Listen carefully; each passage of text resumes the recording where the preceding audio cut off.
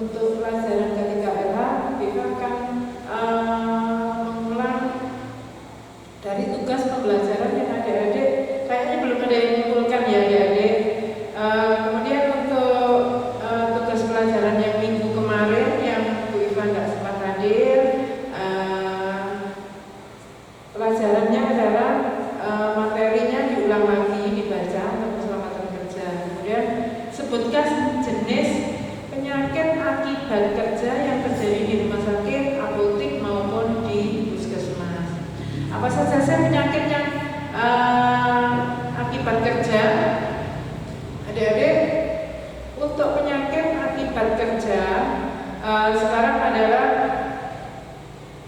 banyak sekali penyakit yang akibat kerja ya adik-adik. Apabila kita pelayanan kepada pasien, kita sebagai tenaga kesehatan mulai dari tertular, mulai dari bagaimana airborne yang sekarang lagi marak-maraknya COVID-19 adalah kalau adik-adik sebagai tenaga kesehatan penyakit akibat kerja contohnya adalah COVID-19. Kemudian ada lagi penyakit TBC, itu adalah akibat dari penyakit akibat kerja. Kemudian kalau ada di praktikum penyakit akibat kerja, saat kita melakukan praktikum bisa kita percikan dari obat ataupun dari bahan-bahan kimia yang untuk pembuatan obat sehingga masuk ke dalam tubuh melalui kulit ataupun melalui hirupan bisa mengakibatkan penyakit akibat kerja. Kemudian untuk kecelakaan kerja, pertanyaannya kemarin, sebutkan jenis kecelakaan akibat kerja yang terjadi di rumah sakit. Kecelakaan kerja tidak jauh beda dengan penyakit akibat kerja. Kalau kecelakaan kerja itu ada kaitannya dengan unsafe action dan unsafe condition. Ya, apa saja unsafe condition? Unsafe condition adalah situasi yang di ruangan yang memang bisa mengakibatkan kita terjadi kecelakaan. Contohnya, kalau kita bekerja di apotek, ya banyak kabel yang berseliweran, kita tersandung sehingga kita menyebabkan kecelakaan. Itu adalah unsafe untuk condition. Sedangkan unsafe action itu terjadi di diri kita. Unsafe action itu perilaku kita sehari-hari, bagaimana kebersihan kita, bagaimana kita cara duduknya, bagaimana cara kita mengoplos obat, bagaimana cara kita menggerus obat. Kalau kita sendiri tidak memperhatikan action atau safety kita, maka akan terjadi kecelakaan yang disebut unsafe action. Unsafe action kita kan sekarang harus setiap saat, setiap waktu harus melakukan cuci tangan. Itu untuk menghindari terjadinya unsafe action kita dalam melakukan setiap pekerjaan. Kemudian untuk materi keselamatan kerja, bagaimana sih pengertian kecelakaan kerja itu adalah suatu kejadian atau peristiwa yang tidak diinginkan yang merugikan terhadap manusia, merusak harta benda ataupun kerugian terhadap proses kita dalam pelaksanaan pelayanan kesehatan atau disingkat dengan KTD. KTD adalah kejadian tidak diharapkan. Apa saja sih kejadian yang tidak diharapkan? Itu ada near miss ataupun near accident. Bagaimana terjadinya bisa terjadi KTD baik itu near miss maupun near accident? Ada faktor-faktor risikonya, antara lain faktor dasar, terjadi faktor manusianya ataupun faktor lingkungannya. Sedangkan penyebab langsungnya ada unsafe action dan unsafe condition. Kemudian penyebab dasar faktor manusia sehingga menyebabkan kita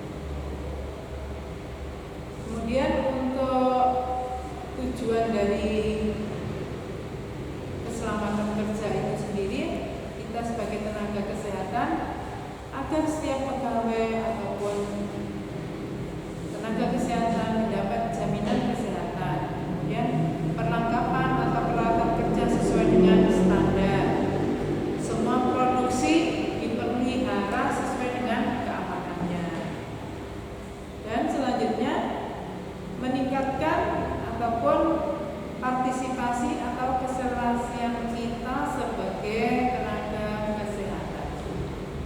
Dan yang tak kalah penting adalah terhindar dari gangguan masalah kesehatan yang disebabkan oleh lingkungan atau kondisi. Keselamatan kerja atau occupational safety health adalah setiap tenaga kesehatan mendapat jaminan keselamatan dan kesehatan kerja. Kemudian peralatan ataupun standar kita dalam bekerja memenuhi standar dari prosedur kita bekerja. Kemudian yang tidak kalah pentingnya adalah terhindar dari gangguan kesehatan yang disebabkan oleh lingkungan atau kondisi kerja. Dan tak kalah pentingnya adalah setiap tenaga kesehatan yang bekerja merasa aman dan terlindungi dalam pelaksanaannya ataupun dalam pelayanan saat bekerja atau di lingkungan kerja. Penyebab lain terjadinya kecelakaan itu ada 5. Ada manusianya sendiri, ada manajemen, ada material, ada mesin, dan ada medan. Kemudian untuk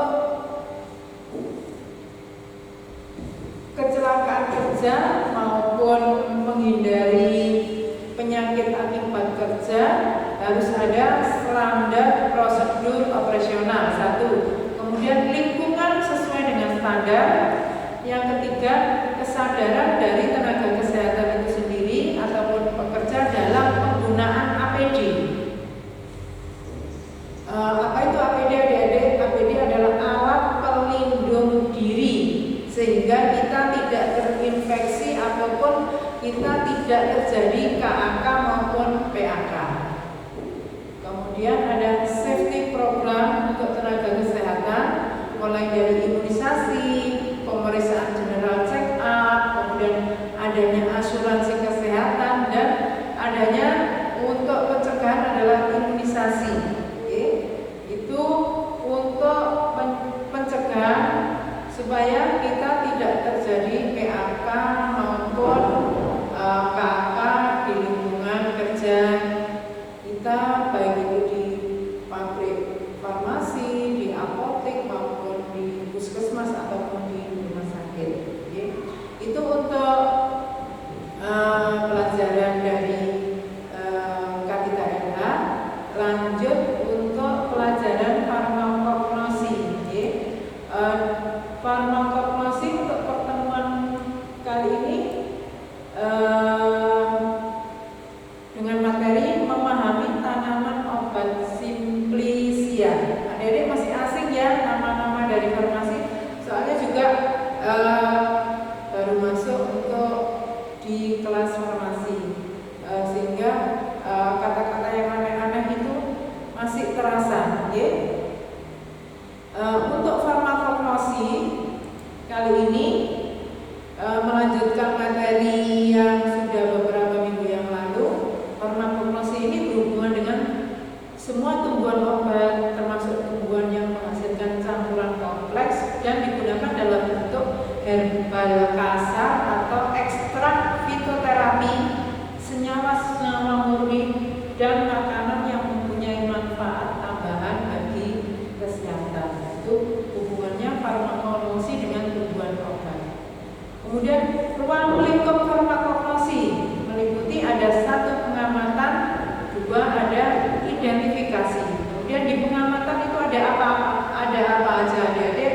Ada pengamatan makroskopis, ada mikroskopis, kemudian ada organoleptikologi.